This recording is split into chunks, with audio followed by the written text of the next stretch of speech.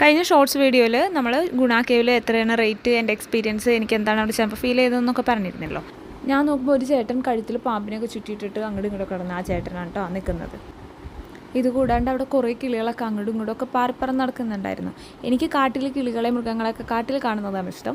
എനിക്കിങ്ങനെ കൂട്ടിലാക്കിയിട്ടിരിക്കുന്നത് പേഴ്സണലി ഇഷ്ടമല്ല. പിന്നെ കുഞ്ഞുങ്ങൾക്കൊക്കെ കാണാൻ വേണ്ടിയിട്ട് കൊണ്ടുപോകുമ്പോൾ അങ്ങനെ ഞാനും കണ്ടു നിൽക്കും, ആസ്വദിക്കും. ഗുണ കേവിലൂടെ നടന്നിങ്ങനെ അവശതയായിട്ട് ചെല്ലുമ്പോൾ ഇതുപോലത്തെ കുറേ ഓന്തുകളെയും ഉടുമ്പിനെയൊക്കെ കാണാം. അത് കഴിഞ്ഞ് കുറേ മീനുകളെ കാണാം.